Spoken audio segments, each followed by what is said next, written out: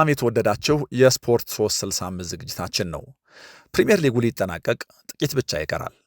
በእስካሁኑ ጉዞ የዓመቱ ምርጥ ተጫዋች ሽልማቱ የሚገባው የሊግ ኮከብ ማን ነው? እናንተ ማንን ትመርጣላችሁ? ተፎካካሪ የምትሏቸውስ እነማን ናቸው? ያው ምርጫ ሁሌ አከራካሪ ነው፣ ብዙ ሐሳብ ይሰጥበታል። ስለዚህ የአንዱ ምርጫ የሌላው ላይሆን ይችላል።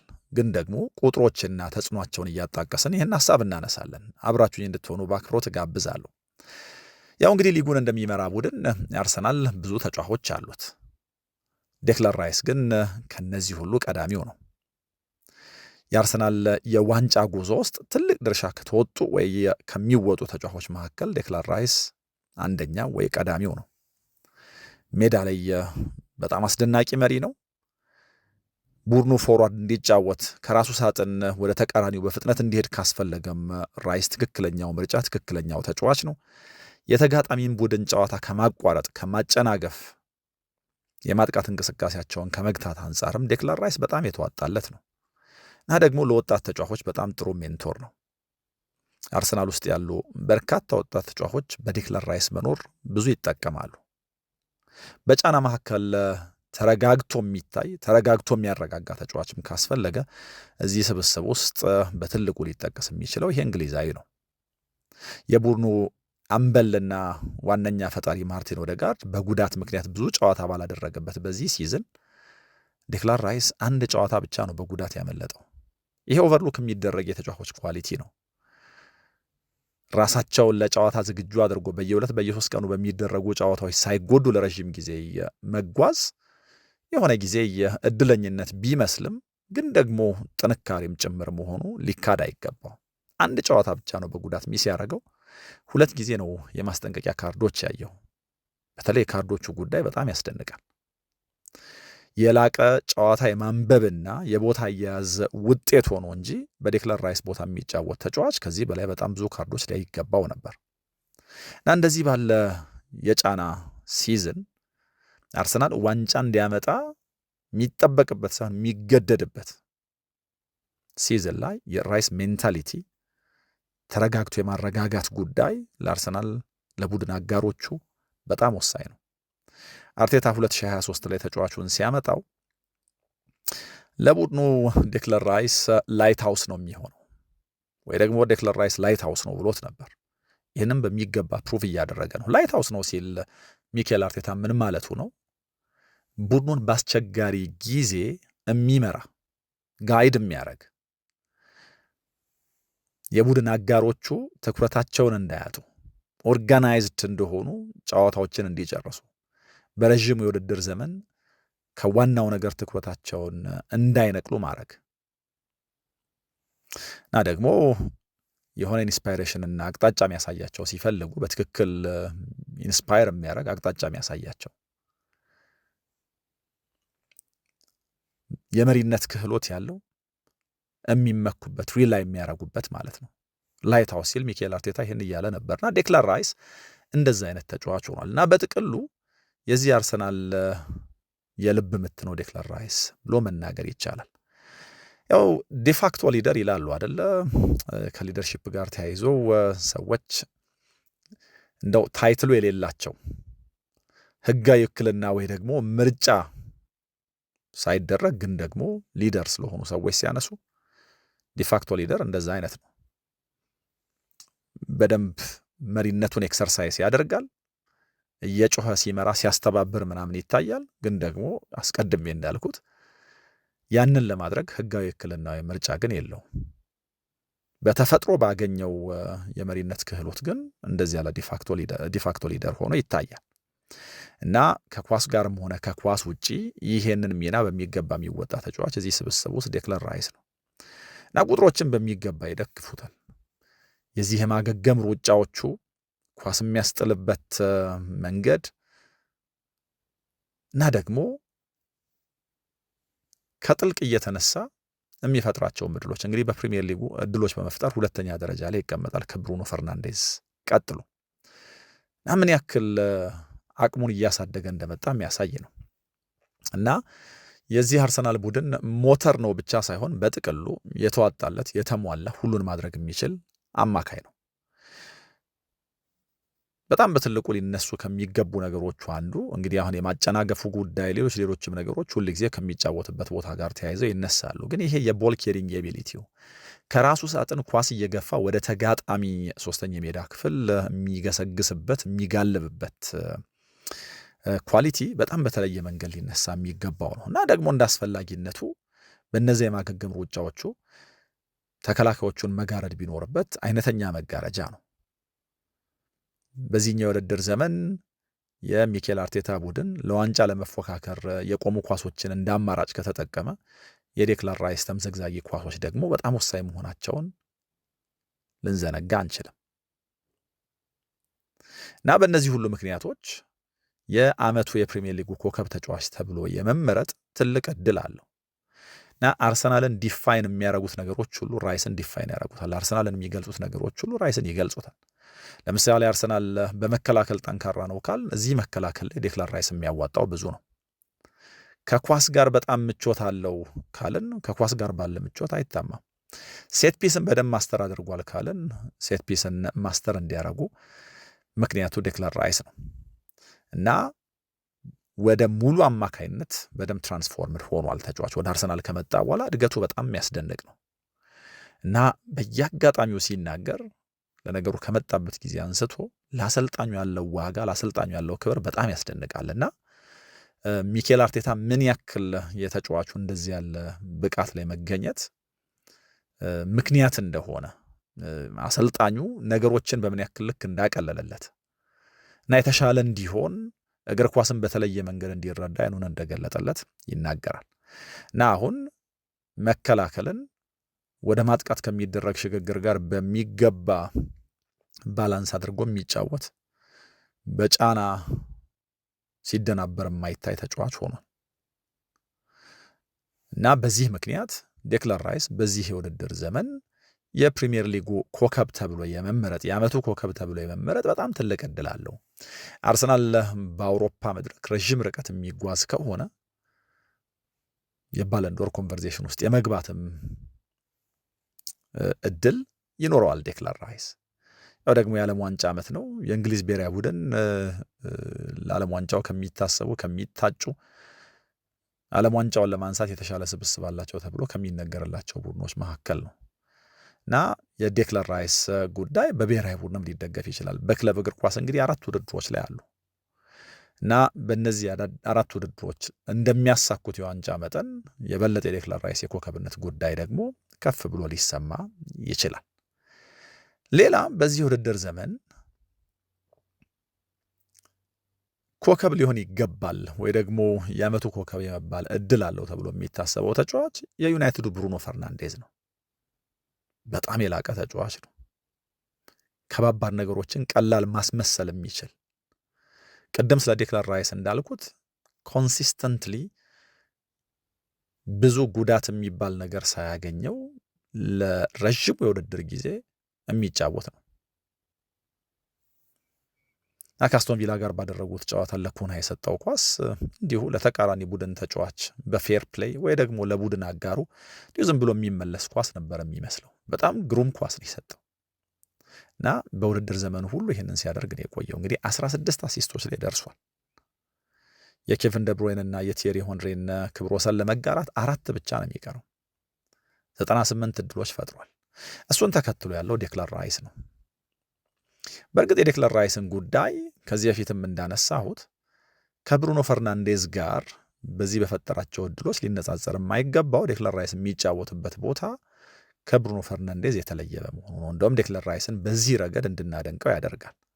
ግን ደግሞ በመካከላቸው ያለው ልዩነት በብሩኖ ፈርናንዴዝ ልክ በሊጉ ማንም እየፈጠረ እንዳልሆነ የሚያሳይ ነው እና እነዚህን ሁሉ ነገሮች ደምረን ከፈጠራቸው እድሎች ከአሲስቶቹ መጠን ጋር ደምረን ወደ ኋላ ስንመለከት ግን በጣም የምንደነቀው ሩበን አሞሪም እስኪሰናበት ድረስ ይሄ ተጫዋች እንዳሁኑ አይነት ነፃነት ተሰጥቶት 10 ቁጥር ሆኖ አልተጫወተም። የጥልቁ አማካይ ሆኖ ሲጫወት ነው የከረመው። በዚህ ምክንያት ፈጠራው ላይ በጣም ብዙ እክል ነበረ ወይ ደግሞ ለጎሉ ቀርቦ እንዳይፈጠር ሩበን አሞሪም አስሮት ነበር ማለት ነው። ከዛ በኋላ ግን በካሪክ ስር ተፈቷል። የኮንሲስተንሲ ችግር ያለበት አይደለም እና በውድድር ዘመኑ በአጠቃላይ ያለ ጎል ወይ ያለ አሲስት ከሁለት የበለጠ ጨዋታ አላደረገም። በእርግጥ ከካሪክ መምጣት በኋላ የአሲስቶቹ ቁጥር በጣም በሚያስደንቅ ፍጥነት ነው ከፍ ያለው።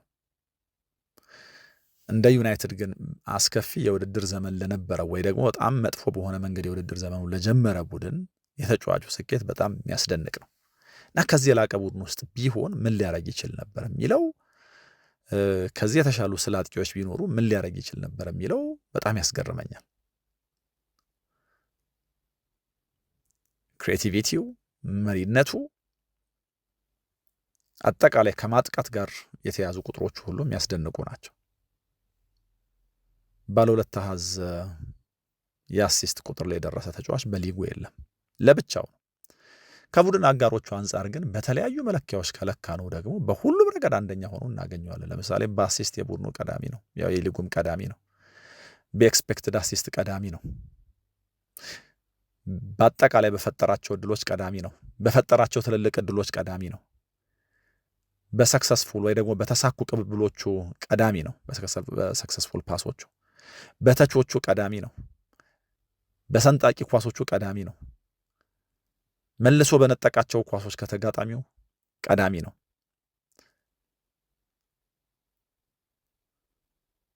በእነዚህ ሁሉ የማጥቃት ሜትሪክሶች ቀዳሚ ነው። በጣም የሚያስደንቅ ነው። ስለዚህ በውድድር ዘመኑ መጨረሻ ለኮከብነት ከታጩት ወይ ደግሞ ይሄ ክብር ከሚገባቸው ተጫዋቾች አንደኛው ነው ቢባል አያስገርምም። ብሩኖ ፈርናንዴዝ። ሌላ እዚህ ኮንቨርሴሽን ውስጥ መግባት ያለበት ይሄ ክብር ይገባዋል ተብሎ የሚታሰበው ተጫዋች የአርሰናሉ ገብርኤል ማጋሌሽ ነው። የፕሪሚየር ሊጉ ምህረት አያውቅም። በፊክስቸሩ፣ በቡድኖቹ ባህሪ፣ በአጠቃላይ ፕሪሚየር ሊጉ ምህረት የሚባል ነገር አያውቅም እና እንደዚህ ባለ ሊግ ውስጥ የሆነ ቡድን በአብላጫዎቹ ጨዋታዎች ጎል ሳይቆጠርበት እንዲወጣ ማድረግ መቻል የላቀ የመከላከል አቅም ይጠይቃል እና ይሄኛው አርሰናል ከክፍት ጨዋታ ጎል ለማስቆጠር በተጋጣሚዎቹ ያጫወት ባህሪ ምክንያት እንደ ቡድን በተፈጠሩበት ጉዳቶች ወይ ባጣቸው ተጫዋቾች ምክንያት የሆነ አይነት ኬሚስትሪ ሜዳ ላይ መፍጠር ባለመቻል በተለያየ ምክንያት ሴት ፒስን እንደ አማራጭ ይጠቀማል። በሁሉም ጨዋታዎች ኤክስፓንሲቭ አርሰናል አላየንም። እርግጥ ነው በሻምፒየንስ ሊጉ የተጋጣሚዎቹ ባህሪ የአርሰናልን መልክ በሚገባ የሚያሳይ የአርሰናልን እየገለጠ ምን ማድረግ እንደሚችል እንድናይ እድል ሰጥቶናል። በፕሪሚየር ሊጉ ግን የቆሙ ኳሶችን እንደ አማራጭ መጠቀም ነበረበት እና እነዚህን የቆሙ ኳሶች ከመከላከልም ሆነ ከማጥቃት ጋር የገብርኤል ማጋሌሽ ሚና እንዴት የላቀ እንደሆነ አይተናል። በጣም የሚያስደንቅ ተጫዋች ነው። ጦረኛ ነው። የሚከላከልበት መንገድ ያስደንቃል። ሲከላከል አይኔ፣ ጥርሴ፣ አፍንጬ ምናምን የሚለው ነገር የለም። በሁሉም የሰውነቱ ክፍል ነው የሚከላከለው እና ካላፊዮሪ ከዛ የኤቨርተን ጨዋታ የስኮርፒዮን ኪክ አስደናቂ የመከላከል ጀብደኝነቱ በኋላ ሲጠየቅ አዎ ከገብርኤል ነው መማር የሚኖርብን አለ። ለመከላከል እንዴት ባለ መንገድ ሰውነቱን እንደሚጠቀም እና ደግሞ በጣም የሚያስደንቀው የመከላከል ቴክኒኩ እንደዛ ባለ መንገድ የሰውነት ቅርጹን እየለዋወጠ ራሱን ለኳስ ሰጥቶ ሲከላከል እጆቹ ሁል ጊዜም ወደ ኋላ ናቸው። በጣም ይደንቀኛል። ይሄ ቴክኒኩ ያስደንቃል እና በጣም የሚያስደንቅ ጦረኛ ነው። እንዴት ባለ መንገድ እያደገ እንደመጣ ወደ አርሰናል ሲመጣ ለስህተት በጣም ቅርብ የነበረ ተከላካይ ነው። ምናልባት ስለ ሬዚሊየንስ የምናወራ ከሆነ ሬዚሊየንስ በሚገባ የሚገልጸው ነው። የአካላዊ ጥንካሬው በጣም ያስደንቃል እና እንደ ተከላካይ አንድ ተከላካይ ሊኖረው ይገባል ብለን የምናስበው ነገር ሁሉ በጣም በስቶ በብዛት የተሰጠው ነው እና ይሄንን ጠንካራ የተከላካይ መስመር ከኋላ ቮካሊም ጭምር የሚመራ ተጫዋች ነው።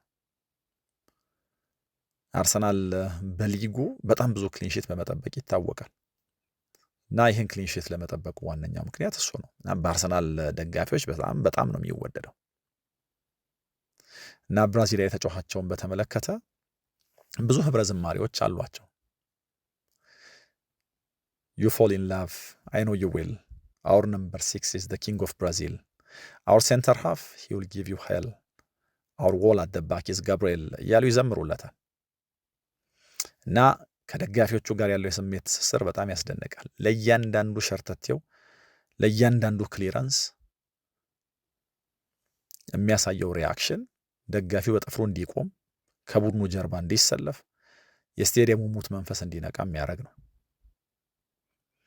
እና በአርሰናል ደጋፊዎች በጣም ከሚወደዱ ልባቸው ከገቡ በፍጹም ከማይደራደሩባቸው ተጫዋቾች አንደኛው ገብርኤል ማጋሌሽ ነው እና ለክሊንሺት ያለው ፍቅር በጣም ያስደንቃል። እና የአርሰናል ተጫዋቾች አሁን ደጋግመው የሚሉት ነገር አለ። ሚኬል አርቴታም እንደዛው ቤታችን ኢንትሩደር አናስገባም፣ እንደው ይሄ ዘው ብሎ ቤታችን የሚገባ እንደው ሊያጠቃን ሊዘርፈን ምናምን ወደ ቤታችን የሚገባ አንፈልግም። ስለዚህ ቤታችንን መከላከል ይሉታል። ሳጥናቸውን መከላከልን ቤታችን እያሉ ነው የሚያወሩት እና ይህንን ቤት ከመከላከል አንጻር በጣም በጣም የላቀ ተጫዋች ነው። ሁለቱም ሳጥን ውስጥ ያለው አስተዋጽኦ በጣም ይገርማል። እንግዲህ የ7 ጎል ኮንትሪቢዩሽን አለው። እነዚህ 7 ጎሎች በውድድር ዘመኑ ለአርሰናል ምን ያክል ዋጋ እንዳላቸው በአሲስትና በጎል ማለት ነው እና ከቡድን አጋሮቹ በብሎኮቹ የሚስተካከለው የለም እና ደግሞ ከጉዳት በቀር ባሉ ጨዋታዎች ሁል ጊዜም አለ እና በብዙ መንገድ ምሳሌ የሚሆን ተጫዋች ነው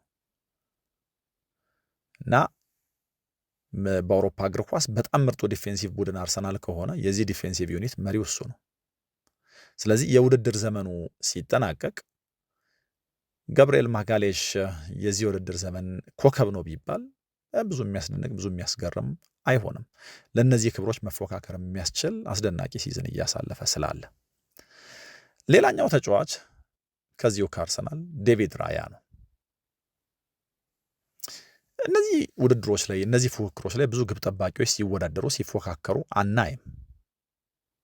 በተለየ ካታጎሪ ግብ ጠባቂዎችን ማፎካከር አንድ ነገር ነው፣ ግን ደግሞ የዓመቱ ኮከብ ተጫዋችነትን በተመለከተ ግብ ጠባቂዎች ሲያሸንፉ ማየት በጣም አስፈላጊ ነው።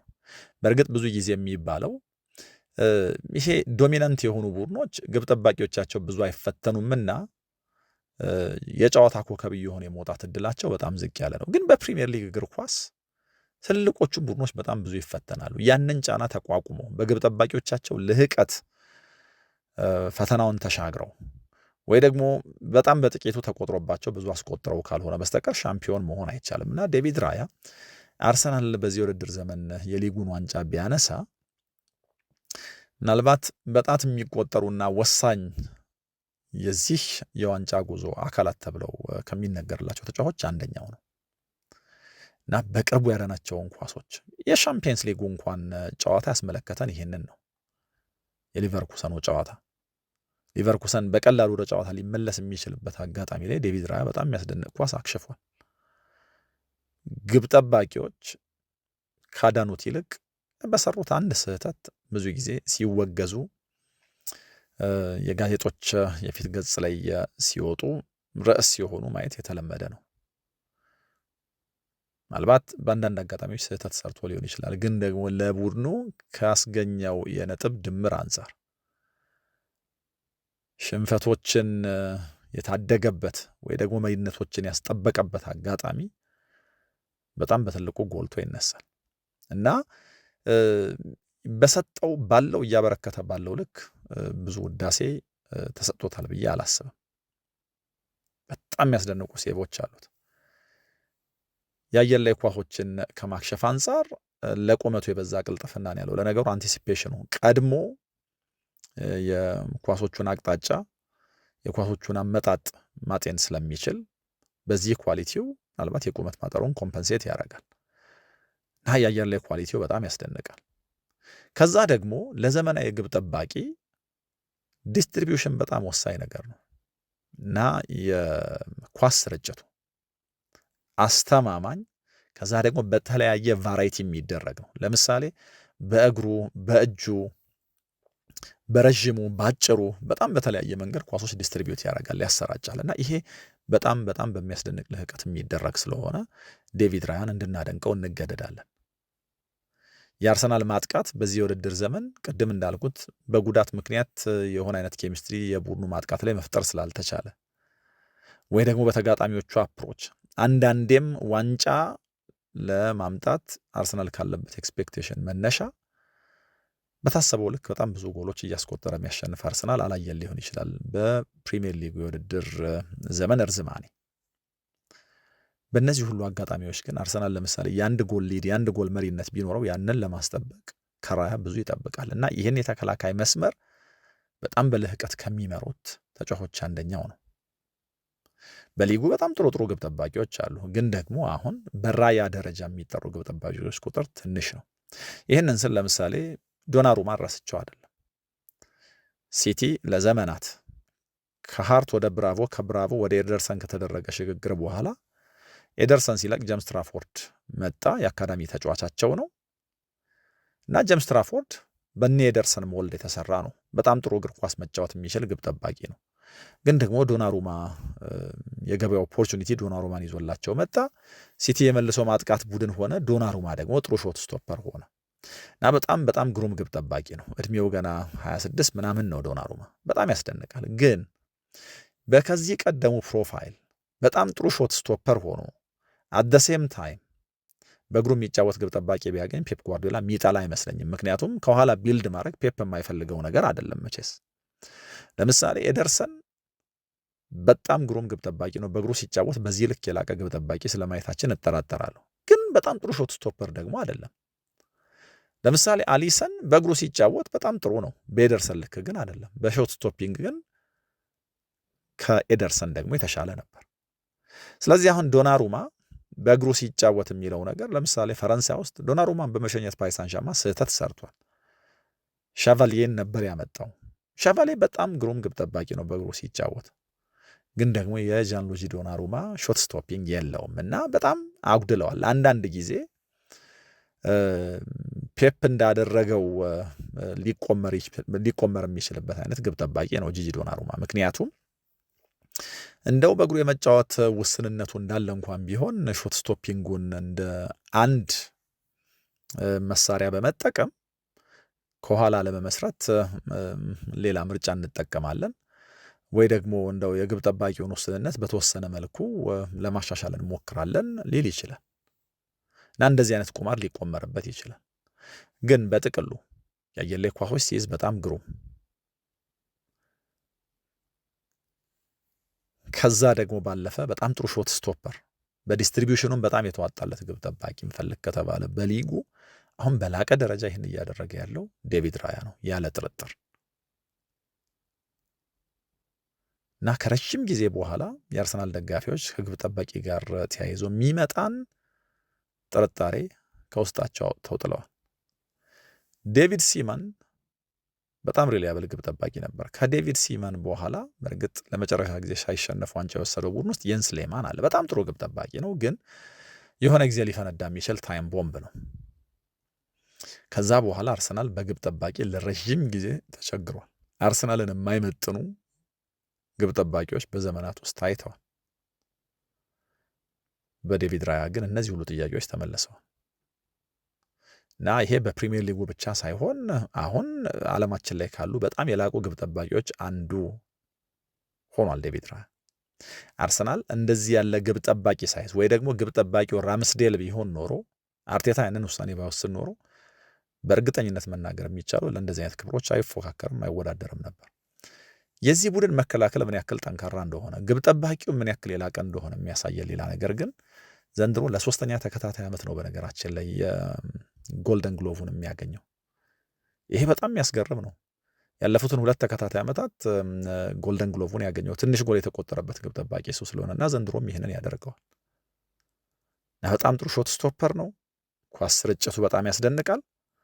በዚህ የውድድር ዘመን አንድም የፕሪሚየር ሊግ ደቂቃ ያላለፈው የአርሰናል ተጫዋችም እሱ ነውና ለዓመቱ ኮከብነት መታጨቱ ወይ ደግሞ ለዓመቱ ኮከብነት መታሰቡ ምንም የሚያስገርም አይደለምና ይህንን ክብር ሊያሳኩ ከሚችሉ ወይ ደግሞ በትልቁ ከሚፎካከሩ ምንም እንኳን የግብ ጠባቂ ጉዳይ ይሄ ሽልማት ሲነሳ ጥያቄ የሚነሳበት ቢሆንም ግን ደግሞ ራያ እዚህ ኮንሲደሬሽን ውስጥ እዚህ ወሬ ውስጥ ሊገባ የሚገባው ግብ ጠባቂ መሆኑን መዘንጋት የለብንም። ሌላኛው ማንሳት አለብን ብዬ የማስበው የብሬንትፎርዱን ኢጎር ቲያጎ ነው። ይሄ ውድድር ዓመት ብሬንትፎርድ ወደ ታችኛው ሊግ ወደ ሻምፒዮንሺፑ ሊወርድ የሚችልበት ነው ተብሎ አስቀድሞ ተገምቷል። አንደኛ ቡድኑን ከታች ከመሬት ያነሱት አሰልጣኝ ቶማስ ፍራንክ ክለቡን ለቀቁ። ብሪያን ምቤሞ ክለቡን ለቆ ወደ ዩናይትድ ሄደ። ዮዋን ዊሳ ክለቡን ለቀቀ። ባለፉት 2 ዓመታት ከምናምን ደግሞ የቡድኑ አምበል የነበረው ክርስቲያን ኖረጋርድ አርሰናልን ተቀላቀለ እና ይሄ ቡድን ለምን አይወርድም ተብሎ አይታሰብም። ታዲያ የሆነው ግን ፍጹም የተለየ ነው። ኤክስፔክቴሽኖችን ሁሉ ያዛባ ሆነ የኬት አንድሪውስ ቡድን። እንደውም ኬት አንድሪውስ በራሳቸው የመጀመሪያው ተሰናባቸው ይሆናሉ ተብለው ነበር። በክለቡ ታሪክ ለመጀመሪያ ጊዜ በአውሮፓ መድረክ የሚያሳትፍ ደረጃ ለማግኘት እያንኳኩ ነው። ነገሮች ተቃርነው። ለዚህ ደግሞ ዋነኛው ፕሮታጎኒስት ኢጎር ቲያጎ ነው። ብሬንትፎርድን 2024 ሐምሌ ወር ላይ ነው የተቀላቀለው ከክለብ ብሩዥ። ያኔ ሪካርድ በሆነ ገንዘብ ነው ያስፈረሙት 36.5 ሚሊዮን ዩሮ ወይ 31 ሚሊዮን ፓውንድ ገደማ። ግን የጉልበት ጉዳት የመጀመሪያ ሲዝኑን አሳጣው እና ከዛ በኋላ በምቤሞ በዊሳ ምናምን ነገር መሄድ ምክንያት በጣም ትልቅ ጫና ውስጥ ገብቶ ነው የውድድር ዘመኑን የጀመረው እንደ ክለብም እንደ ተጫዋችም። ግን ኖቲንግሃም ፎረስት ላይ በመክፈቻው ቀን ጨዋታ ጎል አስቆጠረ። ከዛ በኋላ ወደ ኋላ አልተመለከተም። 19 የሊግ ጎሎች አሉት። ለብራዚል ብሔራዊ ቡድን ተመርጧል፣ ተጠርቷል እና ደግሞ በጣም ታሪካዊ ጎሎች አስቆጥሯል።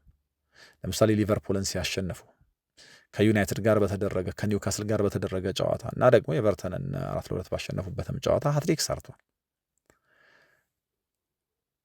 ሃላንድ ከቲያጎ የበለጠ ጎል አስቆጥሮ ሊሆን ይችላል፣ ግን 2026 ከገባ በኋላ በጣም የተሻለው አጥቂ ቲያጎ ነው እና ለዚህ ኮንሲስተንሲው እና ደግሞ እንደዚህ አይነት ቡድን ውስጥ ነው እያበረከተ ላለው ነገር ፕሌየር ኦፍ ዘ ይር አዋርድ ወይ ደግሞ የዓመቱ ኮከብነት ይገባቸዋል። እንዴ ኮንቨርሴሽን ውስጥ መግባት አለበት ከሚባሉት ተጫዋቾች አንደኛው መሆን አለበት እና በሊጉ አንድም ብራዚላዊ በቲያጎ ልክ ጎል አስቆጥሮ አያውቅምና የብራዚላውያንን ሁሉ የከዚህ ቀደም በሊጉ ያለ መጥፎ ታሪክ ነው የቀየረው። ለነገሩ ብራዚላውያን ወደ ሊጉ ሲመጡ አንድ የሚቸገሩበት ነገር ካለ የላይፍ ስታይል ነው። ሊጉን መላመድ ብቻ ሳይሆን ምግቡ፣ ወይዘሩ፣ ሁሉ ነገር ከለመዱት ውጭ ነው እና ብራዚላዊ ሆኖ በፕሪሚየር ሊጉ ተረጋግቶ መጫወት ብዙም ይቻል አይደለም እና ይሄንን በጣም በብዙ መንገድ የቀየሩ ተጫዋቾች አሉ፣ ግን ደግሞ በሱ ልክ ጎል ያስቆጠሩ ተጫዋቾች የሉ እና ይሄ ለኢጎር ቲያጎ በጣም አስደናቂ የውድድር ዘመን ነው። እዚህ ኮንቨርሴሽን ውስጥ መግባት አለበት የምለው ለዚህ ነው። ሌላኛው የማንቸስተር ሲቲ ኤርሊንግ ብራውት ሃላንድ ነው። ልክ ነው፣ የቅርብ ጊዜ አቋሙ የሚያስመካ አይደለም። ተጫዋቹ ድካም አለበት። መቼስ የሆነ ጊዜ ሮቦት ይመስለን ነበር አይደለ? ይሄ ባጫወት ባህሪው ይሄ በተክለ ሰውነቱ በቁመናው በሁኔታው ሁሉ የሆነ አይነት ሮቦት ይመስል ነበር። ግን ደግሞ ሰው መሆኑን በዚህ ውድድር ዘመን አይተናል። እንደሚደክም እረፍት እንደሚያስፈልገው እና ደግሞ ከዛ ድካም ለማገገም እንግዲህ ጊዜ እንደሚፈጅበት አይተናል እና ያለፉት ዓመታት በጣም ብዙ ጨዋታዎች የማድረጉ ፈተና በዚህ ውድድር ዘመን በጣም በከፍተኝነት ታይቶበታል። ግን አሁንም የፕሪሚየር ሊጉ የጎል ማሽን ነው። የጎል ማስቆጠሩን ቻርት የሚመራው አሁንም እሱ ነው እና ደግሞ ያ ብቻ ሳይሆን አጫወቱ በጣም ተቀይሯል። በጣም ኢቮልቭ አድርጓል። ለምሳሌ 7 ምናምን የጎል ኳሶች አመቻችቷል። የቡድኑ ቢልዳፕ ላይ መሳተፍ ጀምሯል እና ደግሞ የቡድኑን የመከላከል ስራ ያግዛል። በተለይ ደግሞ የቆሙ ኳሶች ሲከላከል በጣም የሚያስደንቅ ነው። ከሃላንድ ጋር ተያይዞ ምናልባት እዚህ ኮንቨርሴሽን ውስጥ ሰዎች ካላስገቡት በዋናነት የሚሆነው ጎል ማስቆጠረን አስለመደን። 20-30 ጎል ማስቆጠረን በጣም ተራ አደረገብን። ለዛ ይመስለኛል ወደ ፕሪሚየር ሊጉ ከመጣ በኋላ። እርግጥ ነው በዚህ የውድድር ዘመን 9-10 ምናምን ከዛ በላይ ጨዋታዎች ላይ ጎል ሳያስቆጥር የሄደባቸው ጊዜያቶች ነበሩ እና በአንዳንድ የማጥቃት መለኪያዎች ከተፎካካሪዎቹ አንጻር ወድቆ ምናምን ወይ ደግሞ እንደው እዚህ ላይ ሰንፎ ሊታይ ይችላል የምንልባቸው ነገሮች ይኖራሉ። ግን እንዳልኩት ሊጉን በኮከብነት ይመራል ብቻ ሳይሆን ጎሎቹ 8 ጨዋታዎች ማሸነፍ ያስቻሉ ናቸው። እነዚህ ጎሎች ለማንቸስተር ሲቲ 8 ጨዋታ ማሸነፍ ምክንያት የሆኑ ናቸው። ከየትኛውም ተጫዋች የበለጠ እነዚህ ሃላንድ ጎሎች እነዚህ ነጥቦች አምጥተዋል። በጣም የሚያስገርም እና ቅድም እንዳልኩት አሁን ወደ ጥልቅ ሩጫዎች የሚያደርግ በሊንካፕ የሚጫወት እድሎችን ለመጨረስ ሳጥን ውስጥ የሚገኝ ብቻ ሳይሆን እድሎች የሚፈጥር በጥቅሉ በጎልና በአሲስት ድምር የሊጉ መሪ ተጫዋች ነው። ለ40% የቀረቡት የማንቸስተር ሲቲ ጎሎች የሚቆጠሩት በእሱ አማካይነት ነው። በየ90 ደቂቃው አማካይ ከተመለከትነውም የሊጉ ቀዳሚ ተጫዋች ነው። በየ90 ደቂቃው 0.85 ጎል ኮንትሪቢዩት ያደርጋል።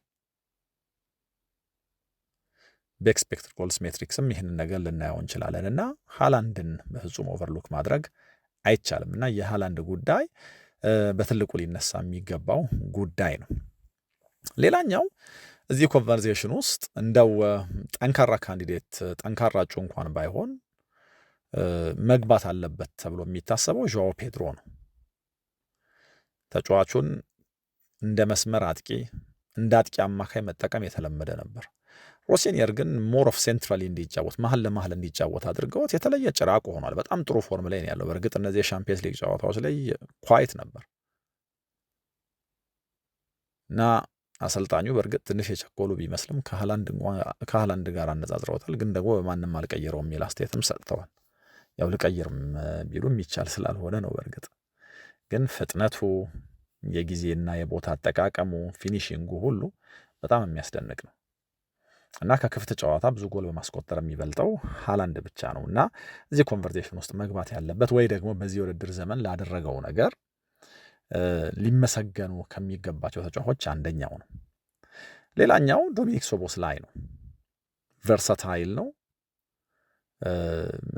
በጣም የሚያስደንቅ ኢምፓክት ነው እዚህ የሊቨርፑል ቡድን ላይ ያለው። በጣም ደካማ ዲፌንዲንግ ሻምፒዮን ሆኖ በታዩበት በዚህ የውድድር ዘመን እና በተለይ ፕሬስ ሲያደርግ የዓለማችን ምርጡ ነው ብለውታል አርኔ ስሎት ሲናገሩ እና በብዙ አጋጣሚዎች የተለያዩ ቦታዎች አማካይ፣ የቀይ መስመር ተከላካይ ምናምን እየሆነ ግሩም ሲጫወት አይተነዋል እና ደግሞ 4 ቀጥተኛ ፍሪኪኮች መጥቶ ጎል አስቆጥሯል እና ይሄም በጣም የሚያስደንቅ ነው። ሌላኛውና መጨረሻ ላይ ልናየው የሚገባን ተጫዋች አንቷን ሴሜኒዮ ነው። ሴሜኒዮ 2025-26 ላይ የተለየ ከፍታ ነክቷል። የውድድር ዘመኑን የበርንመስ ተጫዋች ሆኖ የጀመረው እና የመጨረሻ ጨዋታውን ለበርንመስ ሲያደርግ ቶትናም ላይ ጎል አስቆጥሮን የተሰናበተው ይሄ ጋናዊ ከዛ በኋላ በጣም በሚያስደንቅ ሁኔታ ሲቲ ውስጥ የጀመረውን ነገር ማስቀጠል ችሏል። እንግዲህ በዲቪዚዮኑ በፕሪሚየር ሊጉ በጣም ቤስት ከሚባሉ ጨራሾች አንዱ ነው። እንግዲህ 15 ጎሎች ያስቆጥሯል። በኤክስፔክትድ ጎልስ መለኪያ ሊያገባው ይገባ የነበረው የጎል መጠን 9.7 ብቻ ነው። ከነዚህ 9.7 የጎል አጋጣሚዎች ነው እንግዲህ 15 ጎሎች ያስቆጠረው እና ይሄ በጣም እንድናደንቀው ያደርገናል እና ከፕሪሚየር ሊጉ የተለዩ አጥቂዎች አንደኛው ነው በርንመዝ ውስጥ። ይህንን ደግሞ ሲቲ ውስጥ የበለጠ ጨምሮታል እና ይሄንን ፉክክር ያሸንፋል ተብሎ እንኳን ባይታሰብ ግን ደግሞ እዚህ ፉክክር ውስጥ መግባት ያለበት ተጫዋች ነው ብሎ መናገር የሚቻለው እነዚህን የጎል መጠኖች እንደ አይነተኛ አጥቂ አውት ኤንድ አውት አጥቂ ሆኖ ስላላስቆጠረ ጭምር ነው። አውት ኤንድ አውት አጥቂ አይደለም። በአጠቃላይ ግን ወደ ሲቲ ከመጣ በኋላ መላመድ የሚባል ጊዜ ያላስፈለገው በጣም ግሩም ተጫዋች መሆኑን አሳይቶናል እና በአመታት ውስጥ ያየነው ብዙም አይማርክ የሲቲ ቡድን ነው ይሄ እና እዚህ ቡድን ውስጥ በብቸኝነት እንደው ለዋንጫው እየተፎካከሩ እዚህ ድረስ መምጣት ከቻሉ ከምክንያቶቹ አንደኛው ሴሜኒዮ ነበር ብሎ መናገር ይቻላል እና እነዚህ በዚህ ውድድር ዘመን በጣም የላቀ ብቃት ያሳዩ ተጫዋቾች ናቸው። እናንተ እዚህ ዝርዝር ውስጥ ማን መግባት አለበት ትላላችሁ? ለአሸናፊነት ውስጥ ማንን ታጫላችሁ? ወይ ደግሞ ማን ነው ማሸነፍ ያለበት ትላላችሁ? የተረጋገጠ የሚገባው አሸናፊ ማን ነው ትላላችሁ? ሐሳባችሁን አጋሩኝ። ለምን እንደሆነም ጥቀሱልኝ። በሌሎች ጉዳዮች ተመልሼ እመጣለሁ። አብራችሁኝ ስለነበራችሁ ምስጋና የላቀ ነው። ሰላም ሁኑ።